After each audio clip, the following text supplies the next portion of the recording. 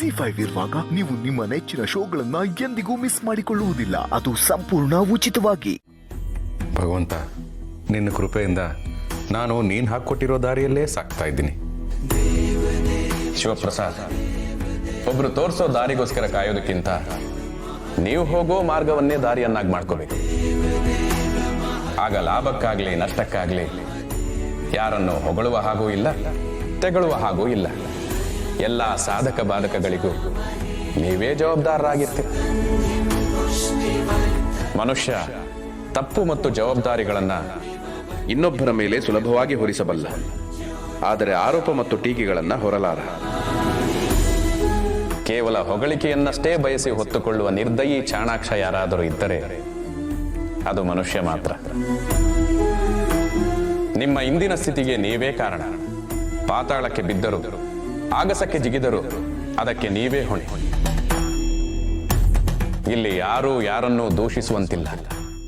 ಎಲ್ಲವೂ ನಿಮ್ಮ ಕರ್ಮಫಲಗಳ ಆಧಾರದಂತೆ, ನಿಮ್ಮ ಅಂತರಾತ್ಮದ ಅಣತಿಯಂತೆ ನಡೆಯೋದು. ಇಲ್ಲಾಗಿದ್ದು ಅದೇ ಶಿವಪ್ರಸಾದ್. ನೀನು ಗಿರಿಜಾಳನ್ನ ನೋಡ್ಕೊಳ್ಳೋದಕ್ಕೆ ಅಸಮರ್ಥ ಅನ್ನೋ ಭಾವನೆ ನಿಂದಲ್ಲ. ಆ ಭಾವನೆಯ ಸಂಪೂರ್ಣ ಹೊಣೆ ಗೌರಿಯದ್ದು. ಅದು ಆಕೆಯ ದೃಷ್ಟಿಯಲ್ಲಿ ಸರಿ ಇರಬಹುದು, ಇಲ್ಲದೆಯೋ ಇರಬಹುದು. ಆದರೆ ಆ ಭಾವನೆಯಿಂದ ಚಿಂತಿತನಾಗಿತ್ತು, ಪೀಡಿತನಾಗಿತ್ತು ನೀನು. ನಿನ್ನ ಸಂಸಾರ ಮಾತ್ರ. ಇಲ್ಲಿ ಯಾರ ಭಾವನೆಗಳಿಗೂ ಬೆಲೆ ಕೊಡಬಾರದೆಂದಲ್ಲ. ಇಲ್ಲಿ ಎಲ್ಲದಕ್ಕೂ ಅದರದ್ದೇ ಆದ ಬೆಲೆ ಇದೆ. ಆ ಬೆಲೆಯನ್ನು ನಿರ್ಧರಿಸುವ ಮಾಪನ ನಿಮ್ಮೊಳಗೇ ಇದೆ.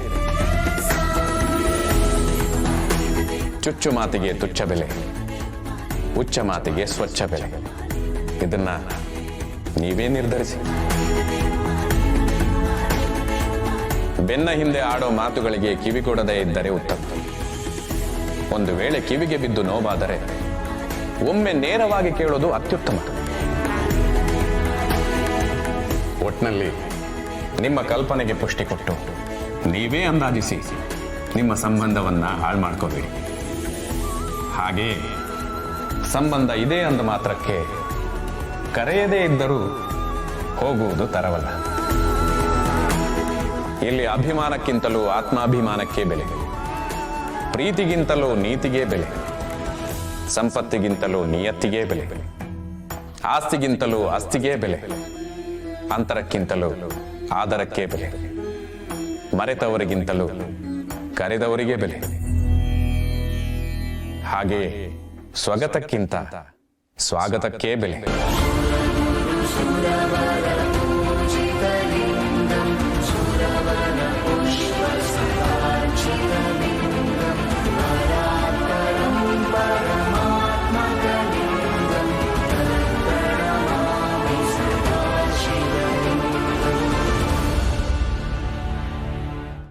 ZEE5 ಆಪ್ ಡೌನ್ಲೋಡ್ ಮಾಡಿ ಎಲ್ಲಾ ಸಂಚಿಕೆಗಳನ್ನು ಸಂಪೂರ್ಣ ಉಚಿತವಾಗಿ ನೋಡಿ.